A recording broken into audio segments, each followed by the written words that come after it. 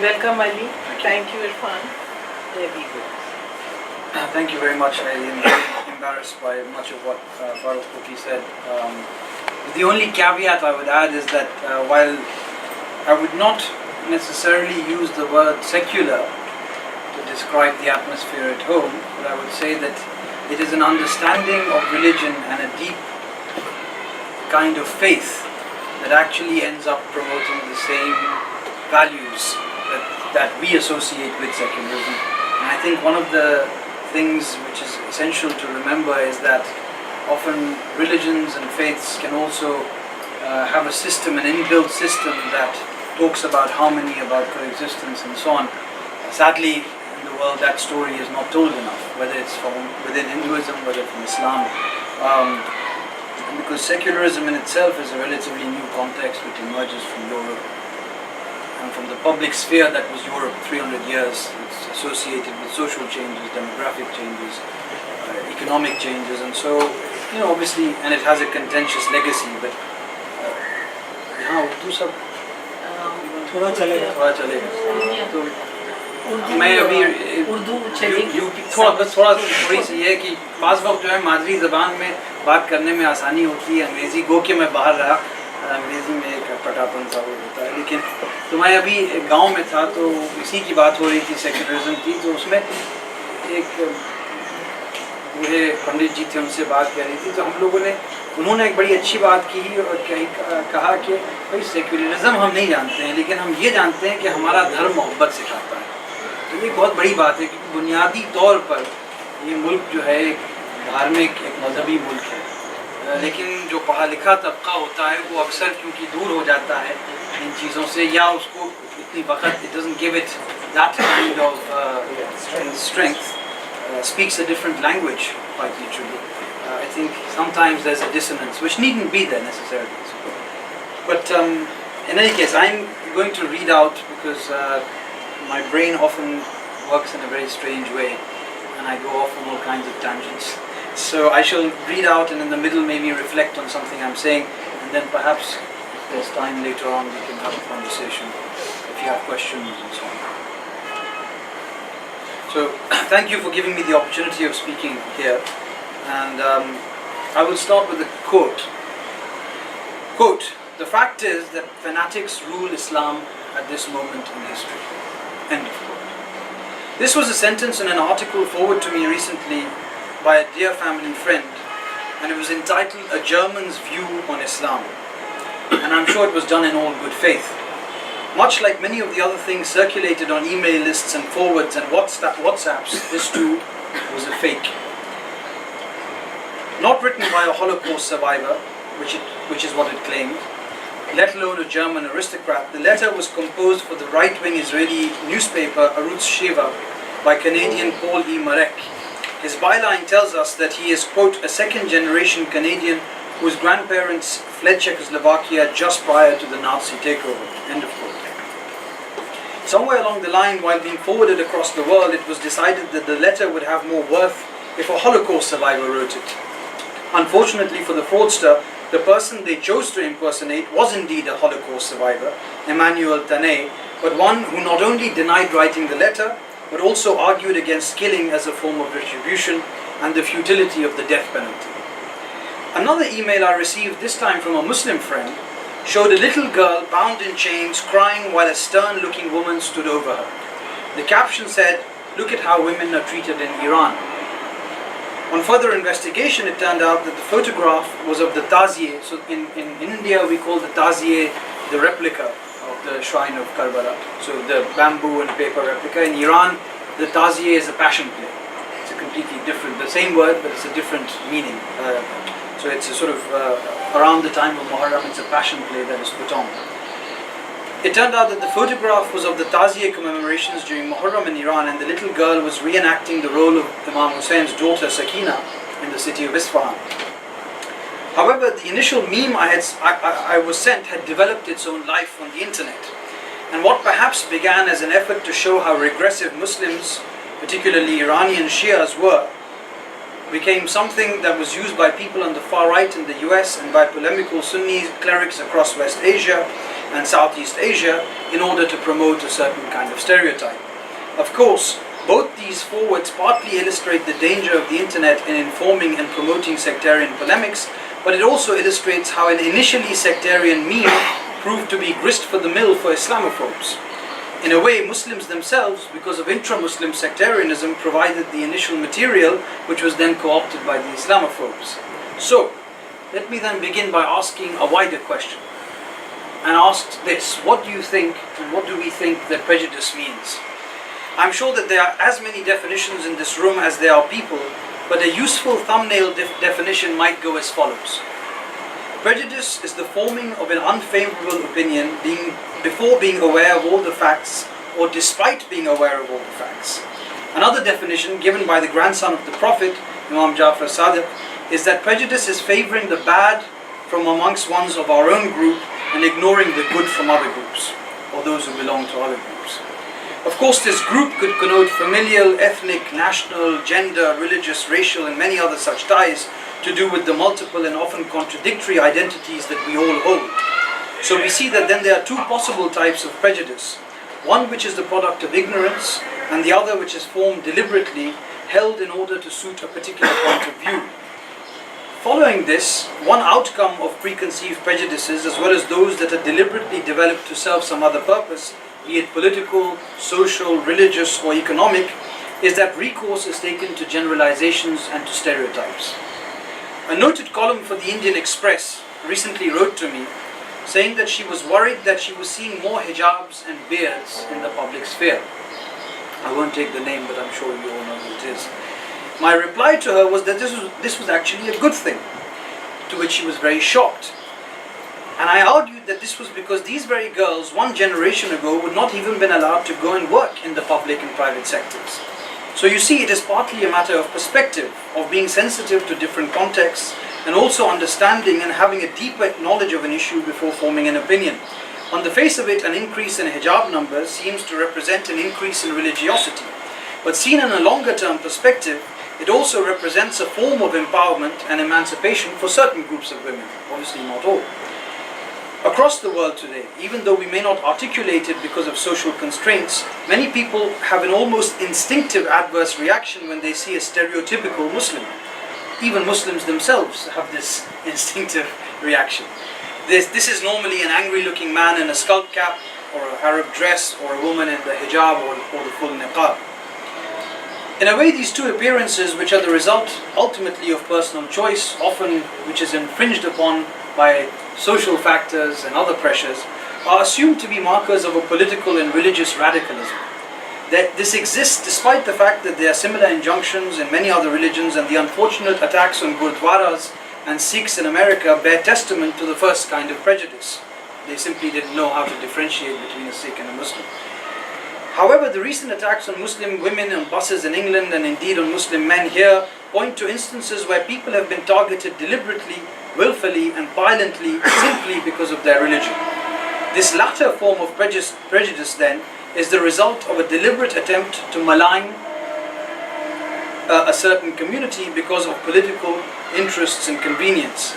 I find it amazing that educated people today are able to speak as if the world's 1.6 billion Muslims was homogeneous, whereas we know that they speak dozens of languages, are members of dozens of different Islamic schools of thought, are citizens in different parts of the world, and often have practices that Muslims from other parts of the world would find alien.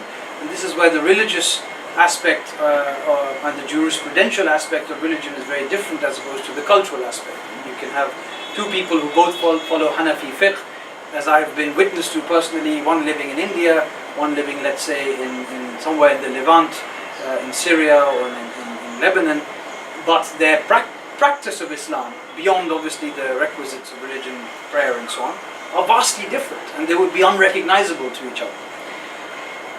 Now, many of you must be wondering why I'm speaking as if Muslims are victims.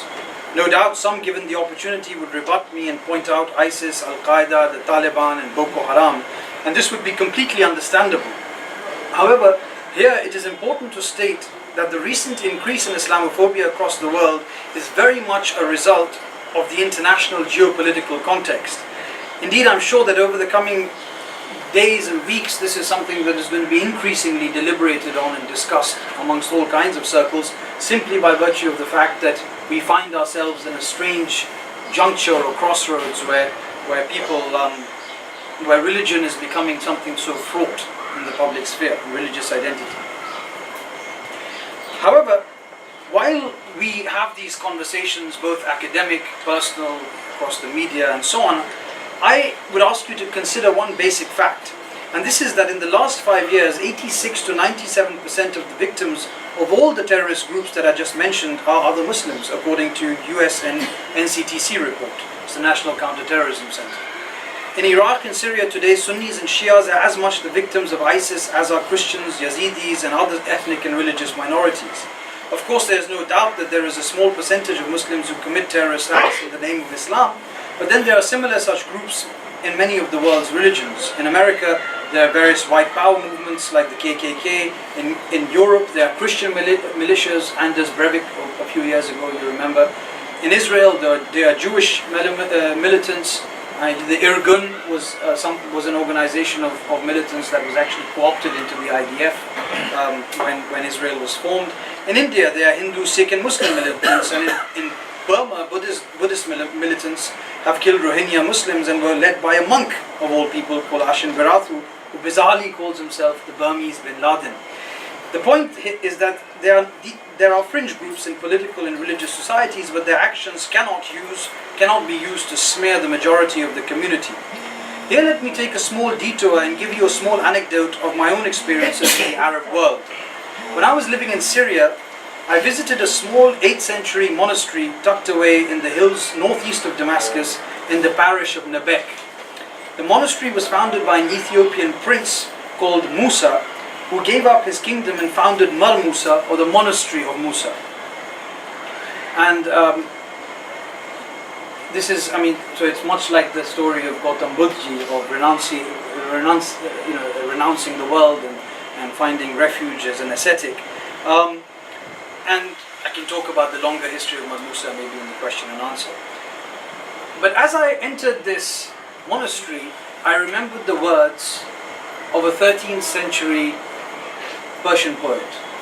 Now what is interesting is, if you ask Muslims in particular today, and even those others who study Islam, and ask them to name a figure, a Muslim from the 13th century who stands out in their mind, who is someone who they maybe even associate with the 13th century, many would say Ibn Taymiyyah. And Ibn Taymiyyah is someone who's the idea, he was a member, he's seen, to put it a very long story short, in a manner of speaking, he's the ideological progenitor, amongst others, of the Wahhabi school of thought, which then traces itself back in terms of jurisprudence to Ahmad ibn Hanbal and Hanbali fiqh. So it's a particular kind of genealogy within Islamic jurisprudence. However, the other person who lived in the 13th century, whose name is sadly largely forgotten today, was a man called Fakhruddin Iraqi, and who came all the way to Multan, because in those days of no borders and no nation states, identities, movements and many other things were much more fluid, and he followed his beloved, his sheikh, to Multan. And the words of the ghazal of Fakhruddin Iraqi that I remembered as I climbed the steps towards this, really, I wish I had a picture that I could show you, this beautiful monastery carved into the red rock of the hills there, go as follows. بتواف کعبه رفتم و رحم ندادن که برون در چه کردی که درون خانه آیی به قمارخانه رفتم همه پاک باز دیدم چو به صومعه رسیدم همه یافتم ریایی. And it goes on and on and on, and then the last couplet is like this. It says در دیر می زدم من که یکی ز در آمد که درا عراقی که تو خاصگان مای. So he says, and I went to do the circumambulation of the Kaaba, and this is a man who was deeply devout. He was orthodox, which is precisely why I was saying at the beginning, there is a need to tell a different story and not read things into the tradition, but let the tradition speak for itself. to go to the archives, to manuscripts, and find such things. And so he says, I went to do the circumambulation of the Kaaba, but I was not permitted to enter. And a voice said to me, what have you done outside my walls that you want to come inside? And then I went to the gambling house, and all I saw were pure souls. Remember, this is the 13th century we were speaking about. And then I went to the gambling house, and all I saw were pure souls. And then I went to the religious ceremony, and all I saw were abstaining hypocrites. And then I fell in ecstasy onto the ground, and I did sajda, I did the prostration, and the ground called out to me and said, why are you smearing me? Why are you blemishing me with this hypocritical prostration of yours?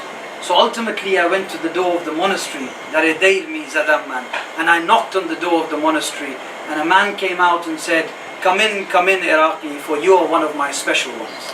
So this is a little, as I said, my mind sort of wanders a bit, but sometimes it comes, we stumble across interesting things. But this is what I just, while sitting with all of you, remembered the scene quite vividly as I was climbing up to this monastery.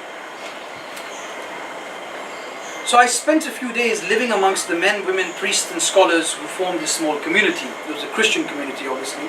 The monastery in itself, it is a lot of Syrian Orthodox Christians used to come there.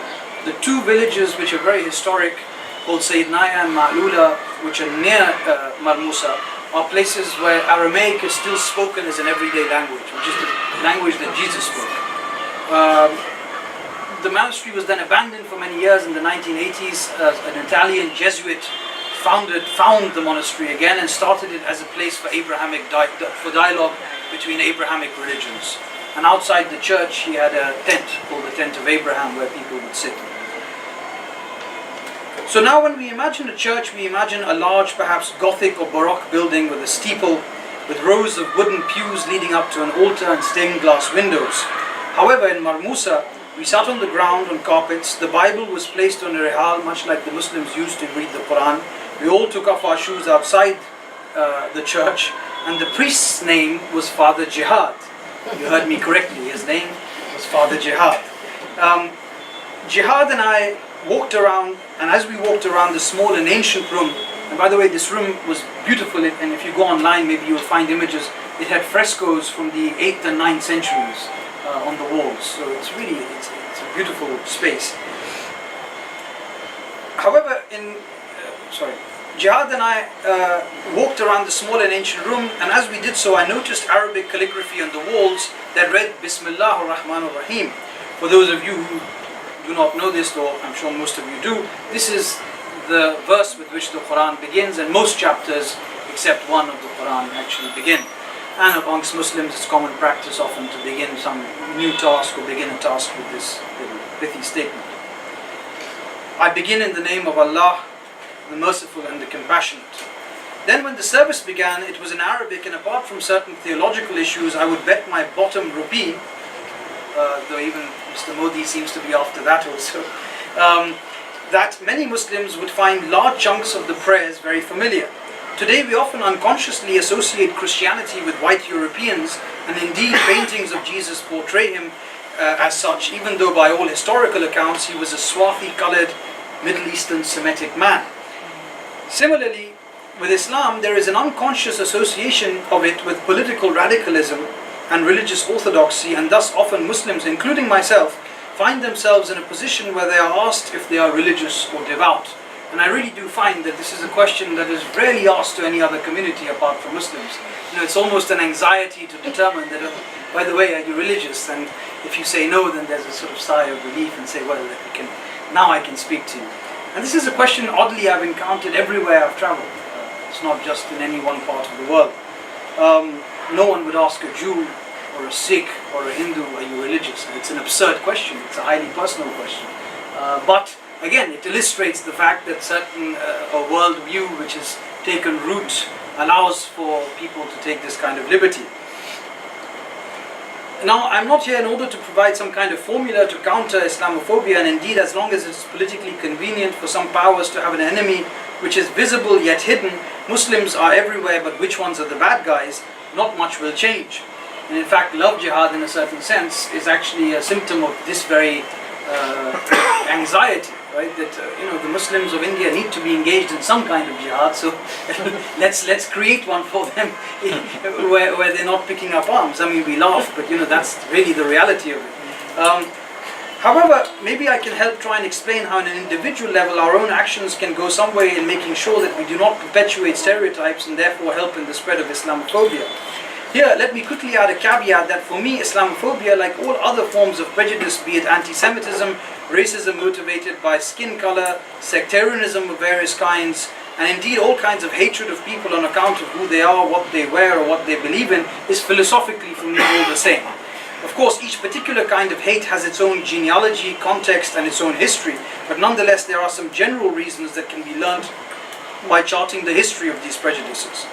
In large part, it is a lack of knowledge that drives people to form preconceived notions of the other. The lack of the knowledge of the other, whoever that might be, Hindu, Muslim, Shia, Sunni, Christian, Jewish, Muslim, Jewish, etc., tend to then lead to a fear because it is almost an innate human tendency to be frightened of the unknown. Now, rather than informing ourselves, it is much easier and it involves much less effort to start generalizing about whichever group we see as most threatening.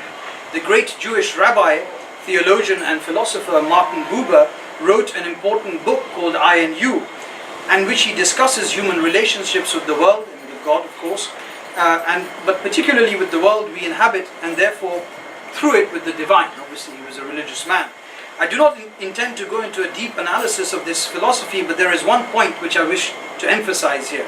In our relationship with other people, we approach the other person as a thou, or in other words, as someone separate from us. If we have an I-thou relationship, but in such cases we often end up imposing, consciously and unconsciously, our own ego, our own views, our beliefs, dare I say, our I-ness onto the other person, whereby we're not willing to enter into an equal relationship with them. In simple terms, we want to impose our sense of being onto another person, and I believe it is this inequality with which we approach our many relationships in the world that not only lead to misunderstandings, but which eventually lead to hate. And there are a few observations I want to make about the context of India in particular, and that word we began with, secularism, because I do think that even amongst liberals and socialists, because of a particular normative position, in other words a moral position that is associated with identifying as members of these groups, there is almost a tendency to not allow others to speak on an equal moral footing, which I think can be deeply problematic, because then you do the same thing as preachers and as missionaries. You're just proselytizing for Baba Marx or Baba Mill or Baba Bentham. So obviously it is on this note that I want to finish. Essentially, when we generalize about another community, another religion, another race, another caste, another nationality, another ethnicity, even another gender, what we are essentially doing is taking away the individuality of all the persons that comprise that group. Our prejudice sweeps away all internal differences about the group we talk about, and we treat them as one homogeneous and uniform block. In my opinion, therefore, the biggest injustice that any kind of prejudice or phobia, including Islamophobia, ends up inflicting is that it denies individual human beings their individuality, their uniqueness, and therefore their humanity. I do not wish to preach to you about how to behave or what to believe in, but I do have a small piece of advice, and all of you are my elders, so it is ये जसारत और गुस्ताखी है कि मैं आपको मशवरा दे रहा हूँ, लेकिन बहरहाल a small piece of advice that I hope you will find useful whenever you might think that you are drawn to making a prejudiced remark about any group of people. It is not even advice, actually, it's just a phrase made up of 3 words, and those words are I don't know.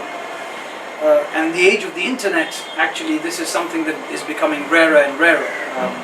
And I think an entire movement could actually be built around this as a phrase in order to educate people about being so conscious on social media and WhatsApp and so on, which are now the vehicles for distributing polemics and sectarian tensions. I mean, we commonly joke that it's another set of 3 words that are the hardest to say in the world. It would be I love you, but I really think these are the hardest 3 words to say, because I love you is always, again, with the I and thou relationship, it's about the other, and this is really admitting something about yourself, which none of us really like to do. So there is no doubt that many people find it hard to say I love you, but I think you will find that a far greater number of people have trouble admitting their lack of knowledge, and therefore saying that short and humble phrase, I don't know. For as soon as we admit that we don't know, we can begin to learn, and when we begin to learn, we can begin to see our complicated and colorful world, a world that does not lend itself to the dull black and white binary of prejudice. On this note, I wanted to sort of stop reading and just speak for 5 minutes about something in particular, because I think one of the things I hoped to cover was really what can be really done, particularly I would say amongst Muslims themselves, which can then be taken out, because there's so much sectarian tension within Muslims. And so I've been working, part of my research has been trying to explore the concept theologically and jurisprudentially, explore the concept of takfir, the act of declaring someone a kafir. And it is my firm belief, having studied in madrasas as well as in secular universities, that unless you root change in the language in which people derive authority from, moral authority. It's all very well to have a set of laws, to have the constitution, but unless you see the constitution as a moral source for your actions, which is not the case in India, because our morality largely derives from a completely different set of frameworks, be they religious or otherwise, no change is really possible. And I know this is a very contentious thing, because I think as much as it might be a fight today of preserving secularism in India, I also actually think it's equally a fight about preserving and holding on to religious discourse in order for it not to be completely monopolized by those who have a political agenda. And again, if you go in history and if you study deeply enough, just like the words of Fakhruddin Iraqi, a 13th century poet, it would be unfair to call him a secularist, because Europe had not even come to that point. But nonetheless, within his understanding of religion, there was a capacious enough. It was capacious enough, his understanding, for him to allow for the fact that ostensible religious belief, something that is visible, might mask something that is very, very different. And so I think this matter of takfir, which incidentally in Arabic the root word is kafara, which I'm sure many of you know, and again, one of the roots of kafara means to cover, to conceal. And so, Toshihiko Izutsu, who's a Japanese great scholar of Islam in Japan, sadly very little known across the world, but I urge you, some of you I'm sure have read his books. If not, Ethical Religious Concepts in the Quran is a brilliant book. Sadly, we're always looking west, not looking east. There's a lot that the east has to offer. And he has a very interesting notion of kufr, of disbelief. And actually, his notion derives on a genealogy that he roots within the Islamic tradition itself. And the reason it's very interesting is because he talks about consciously rejecting the truth. And if you pay attention to this sort of small, pithy kind of way of putting it, it's actually hypocrisy that he's talking about. Because if you are conscious of the truth, you would never reject the truth.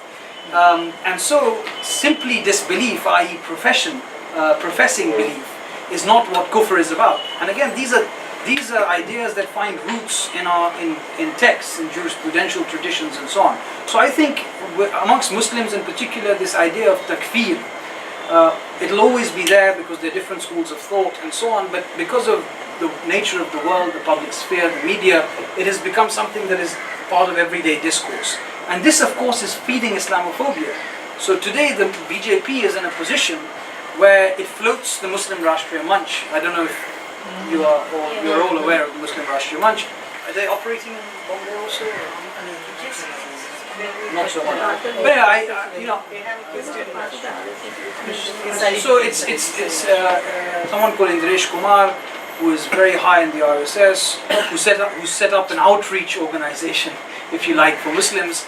And I met some of the leading sort of figures in UP the other And the entire discourse that they had was about entrenching sectarian difference, right? And so we are at this very strange juncture because, and this is really where I want to end, and perhaps we can have a conversation, is because the sectarian fissures that characterize Muslim society, which have been there in various forms for 1400 years, have not always led to such, deep and intractable differences as they are today. I think the Sunni-Shia divide is not a divide. It is more like a sine wave. It goes through the motions over the centuries. I mean, Hanafi fiqh, which Imam Abu Hanifa, who was the founder of the Hanafi fiqh, one of the most common Sunni schools of thought, legal schools in South Asia, was a student of Imam Ja'far Sadiq. So there were intellectual links already. It's very complicated to even speak of Sunni and Shia in a certain sense until much later on in history. I mean, we sort of again impose these categories.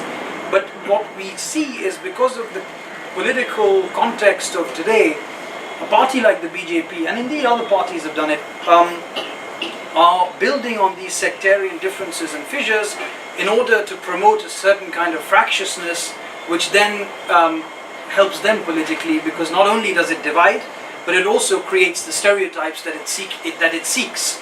Because ultimately this kind of politics it thrives and is built on kind of generalizations and stereotyping. So I think this is the matter of takfir is really something intellectually that needs to be taken very seriously at various levels, not just academically, but within obviously religious discourse, within civil society, in order to perhaps reduce its importance, and it can become a semantic point of difference, intricacies of law. But if this is something that can be tackled, then I really do feel that a lot of the grist, as I said, the initial part of my paper, grist for the mill that the Muslims themselves are providing would be taken away. And that in a way would be better, because it would reduce Islamophobia in a certain sense to what it nakedly is, which is built on a mythic kind of a myth of what Muslims are. So thank you very much. Sorry to